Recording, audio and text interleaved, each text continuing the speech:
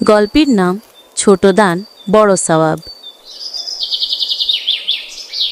মা, আজ আমি 5 টাকা পেয়েছি, ভাবছি আইসক্রিম খাবো। রহিম, মনে রেখো, রাসূল সাল্লাল্লাহু আলাইহি ওয়াসাল্লাম বলেছেন, সদকা দিলে মাল কমে না, বরং বরকত বাড়ে। এই টাকা দিয়ে কারো উপকার করলে আল্লাহ খুশি হবেন। আচ্ছা মা, আল্লাহ খুশি হলে আমি বেহেশতের পথেও তো এগোতে পারি, তাই না? জি বাবা, আল্লাহ তো দানকারীকে ভালোবাসেন। রাস্তায় হেঁটে যাচ্ছে রহিম, সামনে এক বৃদ্ধ ফকির চাচা।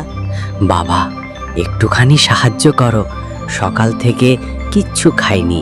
এই নিন চাচা, এই 5 টাকায় কিছু খেয়ে নিন। আল্লাহ যেন আপনাকে সাহায্য করেন।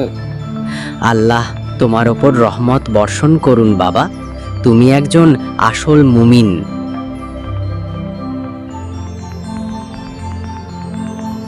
আজ আমরা বলবো সাদাকার ফজিলত কি। উস্তাদজি, আমি আইসক্রিম না খেয়ে একজন দরিদ্র চাচাকে দান করেছি, তখন বুঝেছি ছোট দানও অনেক বড় কাজ হতে পারে। মাশাআল্লাহ। রাহিম, রাসূল সাল্লাল্লাহু আলাইহি ওয়াসাল্লাম বলেছেন, তোমরা জাহান্নাম থেকে রক্ষা পাও ওয়ালাউ বিশিক্কি তামরাতা, একটি খেজুরের অর্ধেক দিও। তোমার এই দান আল্লাহর কাছে অনেক মূল্যবান। তুই না খুব সহজ 5 টাকা দিয়ে দিলে। দেখ সজল, আমি জানি না ওই চাচা সারা দিন কিভাবে না খেয়েছিল। আল্লাহ রাসূল বলেছেন, যে ব্যক্তি দয়া করে আল্লাহ তার উপর দয়া করেন।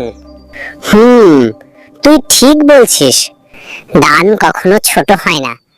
ইসলামে প্রতিটি সাদাকার পিছনে সওয়াব রয়েছে।